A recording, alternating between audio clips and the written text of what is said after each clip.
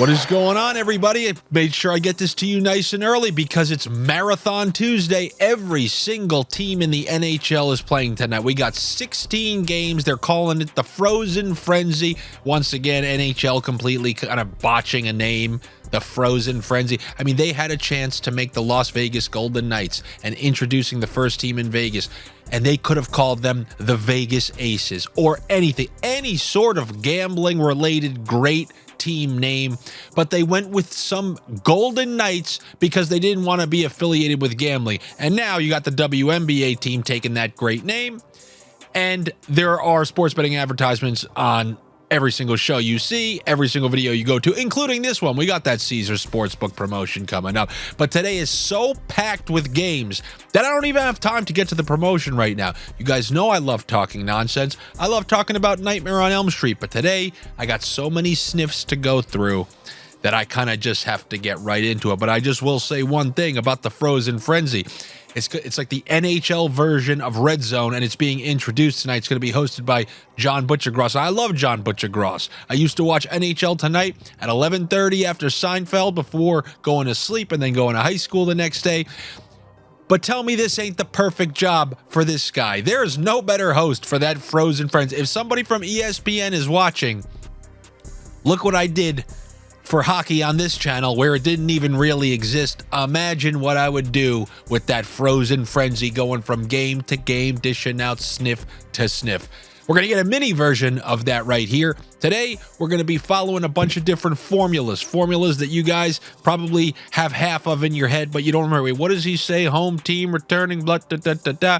I'm going to start with that. Last night, there were only two teams that played. So they're the only two teams who are going to be playing again tonight. And to me, that's like the wounded animals, the two teams that had to play and then play the next night. Every single other team was off last night. So to me, those are the two wounded animals. Those are the two people that we're going to key in on. Now, if we were going out and we were trying to talk to girls, I mean, this is the one you don't even have to try. This is the one that's going up to you. It's the easy kill. This is the swamp donkey at the end of the night. And when it comes to like going out and talking to girls, that's frowned upon. But in the game of sniffing and sports betting, you want that swamp donkey. Any sort of little advantage you try to focus in on. So I'm going to look at those two teams first, the two that played last night.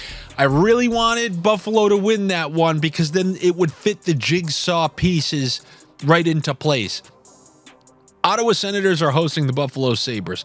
Ottawa had been playing well. They lost their last home game to Detroit, who was also playing well.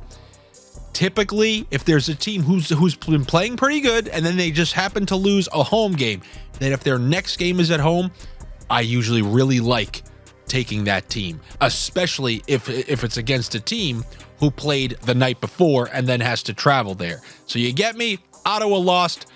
Damn it. We want to get back on the ice, rectify that loss. Don't want to lose two home games in a row. Who's coming into town? That'd be the Sabres. Ideally, in a perfect world, if the Sabres won last night, that would fit the jigsaw piece right into place for me, where it's like, okay, absolutely taking the Senators. The problem is the Sabres lost, and now I feel like you're going to get that extra push from them to try to fix what they did last night. So while I'm still going to take Ottawa between these two teams, just know I am a little bit worried, a little bit more of a dogfight. These are two ruckus teams. I think they set the over at 7. Ottawa, they really don't have to be too ashamed of any of their performances. They lost one road game to Carolina, and then they lost one home game to the Red Wings in that last one on Sunday, or was it Saturday? But anyway, they won every single game in between that. They've been playing fine, and I'm looking for them to rebound at home against the Sabres, who really can do anything, include lose at home to the Montreal Canadiens. Now, let's look over at Montreal. And by the way, in that game, I like Stützle to get a point. I haven't seen if it's set at 1.5. I'm pretty sure because he's had a slow start to the season that it will be at a half. So I would like Stützle to get a point in that game. Now, Montreal, who won. They won that road game. Now they're coming home facing a Devils team who I told you was going to be kind of pissed off after those 2 home losses. Went to Long Island, scored 5 goals, beat the Islanders, haven't played since. They're a fast, young, skilled team, going to be rested. I think they're going to be waiting for Montreal just to return home. This is a great spot for the Devils. I know we're paying a pretty penny. I'm not going to do that in all the games. I'm going to try this whole season not to take these overwhelming favorites if there's not absolute reason to. So I really do like the Devils in this one. I do want to just make sure, because Nico Hischier left that last game, and then in the third period, the Islanders kind of came storming back because he's obviously such a great defensive center, and he's a key piece of their team. So I do want to double check his status, but I really do like the New Jersey Devils to beat the Montreal Canadiens in that game. I am tempted. I mean, the Canadiens have scored more than 2 goals in every single game. I am tempted to do both teams to score over 1.5. How about this? If Hischier doesn't play, I'll do both teams to score 1.5, over 1.5, and then I'll take the New Jersey Devils to win that game. Who's another team who lost a game at home, but this is a good team, a team that you don't have to worry about, because this doesn't apply for like awful teams. I mean, the Sharks, they can lose home game, and it doesn't really matter. But when you have a good team and they lose a home game, I like that team's ability to bounce back. It's another kind of big favorite, but like I said, I'm going to try to find some underdogs and stuff like that, but let me start with some of the ones I have a good feeling about. The LA Kings, they lost a tough game to Boston, who has joined my undercover club. What does that mean? I'm including unders with them, and they're usually going to cover. We'll get to them in a second. But the LA Kings had a tough loss against the Bruins after a couple of nice wins on the road and at home. LA's been playing just fine. They got a bunch of good players, and I'm looking them to beat the Arizona Coyotes. I know the Coyotes always give you headaches, but we bet the Islanders to beat them. Yeah, it was a 1-goal kind of trickler, but they paid us off. They lost to the Rangers in a close one the night before. You can beat them. They're gonna fight, scratch, and claw a little bit, but this one means a little bit more to the Kings. I just don't think when you're one of these good teams that you just want to be losing multiple games in a row at home. Really sets a bad precedent. And I think the good teams really, they try hard to avoid that. And yes, Arizona, they fight, scratch, and claw. Doesn't mean that it's a team that I'm still going to be worried about or anything like that. Give me the Kings there, and if you need a player prop, I'll take Kempe to register a point. Perfect time to remind you about the Caesars same game part. Like, you can take Kempe, and then you can add the Kings to win. That will get you them at plus money. And where do you find that? At Caesars Sportsbook, where we got a promotion. Your first bet on Caesars is going to be risk-free up to $1,000. So $1,000 risk-free at Caesars, as long as you're a new user on the platform, over 21, and obviously located in a state or province where sports betting is permitted. Got to be over 21, except in Kentucky. And if you have a gambling problem, make sure you call or text 1-800-GAMBLER. So that last pick, I'm going with the Kings. I mentioned those Bruins. They joined the undercover club for me. This is something that we haven't done in a little while. Don't you know? Bump it up. I'm going to buy that game up to 6.5. And you can combine it with anything that's maybe high in the minus department, any of these Devils or Stutzler to register a point, or some of the other ones that you're going to see for the rest of this video. But the under 6.5, you're going to have to buy it up and adjust it because it's at 6 in that Bruins-Blackhawks game. Doesn't matter who they've been playing. These games have mostly been staying under, including that one against the Kings that I think actually kind of pushed because it was set at 6. But another under that I like, 2 teams, they were a permanent part of my undercover club last year. This is Columbus and this is Anaheim. It's in Columbus. I do think Columbus is going to win, but I'm taking the under 6.5 on this game. 2 rusty teams, but it ain't the kind of rust like Sharks versus Vancouver, you're going over. So I'm going to go under 6.5 in the Columbus game. Now, if you guys want me to throw some potential underdogs, I gave you a couple favorites. Here are a couple underdogs. A couple that I like. Pittsburgh's been having a tough time of it.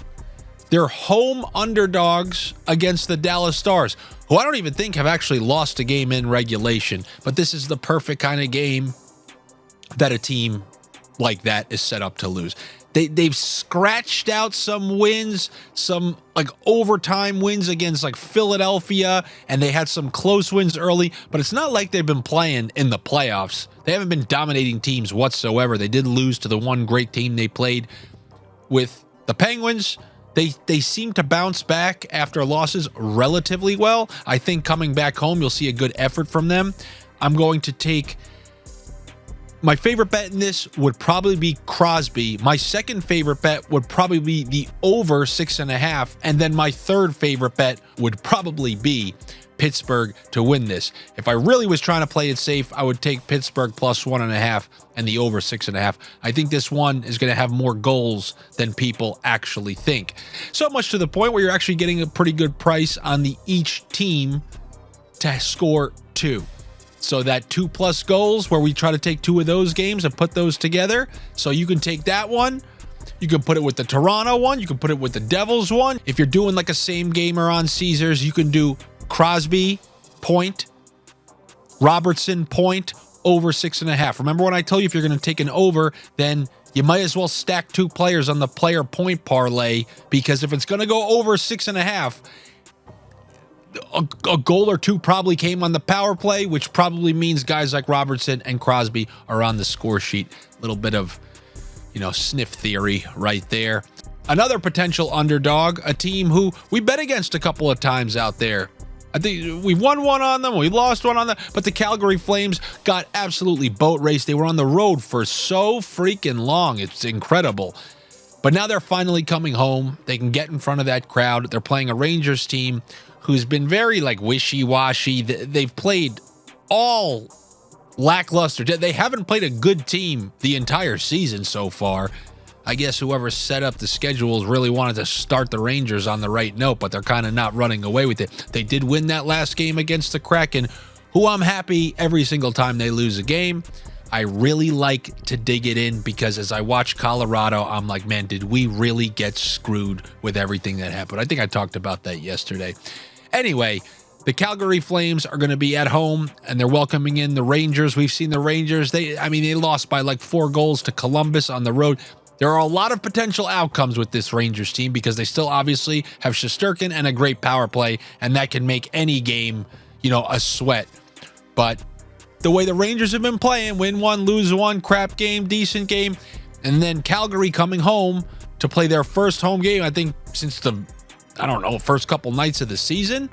I'm going to go with the Calgary Flames to find a way to pull that off. Now, you want to talk about a team who just, for seasons now, taking them as a high minus favorite against the bottom dwellers in the NHL. They'll screw you every time. That's the Florida Panthers. My favorite bet in this game is actually Hertl on the Sharks, Tomas Hertl getting a point. But I actually would like the Sharks at plus 1.5. You want a Caesar same game that? Hertl point, Sharks plus 1.5 against the always will disappoint you when they're favorites at home, Florida Panthers. And they started that off with a bang as they blew that one to Vancouver. You got all excited. They beat Toronto. Oh my God, this is great. The season's really going to get going. Lose at home to Vancouver. They may win this game, but if you're giving me the Sharks at like minus 105 for a plus 1.5 spread, I'll do the plus 1.5 for the San Jose Sharks with the Hertl point. If you want to go crazy, you can add the over, but then if you add the over, then you could add someone like Barkov.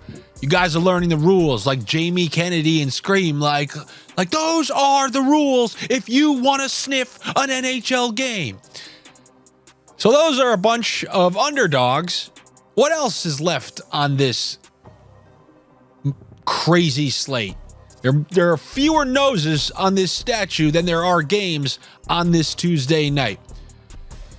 I know what you're thinking. Andy, you told us to bet against the Islanders 2 in a row, and now Colorado, who you always have a lot of faith in, are going to play the Islanders. Yes, if push comes to shove, I will pick Colorado to win. I would be frightened to take a 60-minute line, a minus 1.5, because the Islanders are coming off back-to-back losses. With their last loss, a 3-1, just didn't show up in Buffalo. People really calling them out. them coming home to play the Avalanche, who they beat last year at home. I don't think it's just going to be this Avalanche comfortable win. And if you watch these Avalanche games, they're never really comfortable wins. All right, they went up 3-0 on the Kings, almost lost that one. They were blowing leads the other night against Carolina. It's entertaining when you play Colorado, but if anyone could take the entertainment out of something like that, leave it to the New York Islanders. But I kind of think that this one is going to be close. I think both teams will get 2+. You can add that one to the list. But when push comes to shove, something tells me Colorado's going to take it in overtime or a shootout or something like that. That's more of a gut call. But the way everyone's kind of stacking their chips on Colorado, it worries me. It worries me just a tad. Just a slight tad. One last little side sniff at the end there. Kind of like the under 6.5 with Vegas, Philly. Vegas is off to that great start. I understand teams like Vegas, Boston, Avalanche, they're off to these undefeated starts. Hey, so much for everything changing in the NHL. Boston undefeated, Avalanche undefeated, Vegas undefeated, though the division winners from last year just kind of still mowing through teams earlier in the season. Hey, look, also, you can make fun of Boston for beating bad teams, but as you see around the league, it's not that easy to always beat bad teams. So, yeah, I know they're clawing out wins, and some of them they don't look that great in them, but I'm almost happy they're playing Chicago tonight. It costs too much for like a road game for a team that's not that talented to be that much of a favorite against a team on the road. I'm off of that. I am on that under, but to me, it's kind of impressive when you go out there and beat bad teams because it's so easy to overlook them. Just ask Florida. But one last one, the under in the Vegas Philadelphia game, under 6.5. Those are two teams that meet my formulas. With the Flyers, any of those games can always go under. And Vegas is a team. They really trend more in that under direction than over to me. Their coach obviously is a renowned unders guy. He preaches defense. That team is built around a defensive style. We still are in the month of October, so you do always have to be a little bit worried, but there are a couple unders that I like on that slate tonight, including Boston, even though we're going to pump it up to 6.5. I like the under in Columbus. And then lastly, that under for that late game between Philly and Vegas. I hope I ripped through a ton for you there. Hey, you might have to watch the video twice. Then after you watch it twice, you want to know what you can do? Like the video and comment on the video and shoot this thing up the charts. This is a frozen, frenzy, freaky Friday. I don't know what it is other than hopefully a good night for all of us. Good luck to you. Better luck to me. You know what I'm going to do? You know what this game or this night, this Tuesday night has kind of provided me the opportunity to do? This Friday on the show that I do, the longer form one where I have time to kind of talk about things, I'm going to break down how I would bet a huge slate like this, where there's so many games to choose from, because I can't tell you how many nights, like if I've given out 8 picks and 6 hit and someone's like, I didn't win any money. How did you not win any money? Are you nuts? Are you nuts? So on Friday, I'm going to talk about the type of bets you should be making, not to screw yourself if you have 8 picks and 6 of them hit. You should be laughing if 6 hit, not crying. But now this video is about to end, so maybe you will start crying. Subscribe here to the Odd Shopper channel. Come to my YouTube page, subscribe to me there, and follow me on social media. That's where you can make sure you get all the things you need. Sometimes it's on Instagram. Sometimes I put something on Twitter. Sometimes I put... Hey, look, if I'm going to be hosting Frozen Friday Frenzy or whatever the hell it's going to be called, then I'm going to need to fight my way up the charts, the algorithms, the social media game. So that's going to require all of your help. All right, everybody, I'll be back with you for one game tomorrow. It's an all or nothing type of league. Tonight, hopefully we eat well, because tomorrow we can't be making panic bets on one game. All right, guys, good luck. I'll see you out there.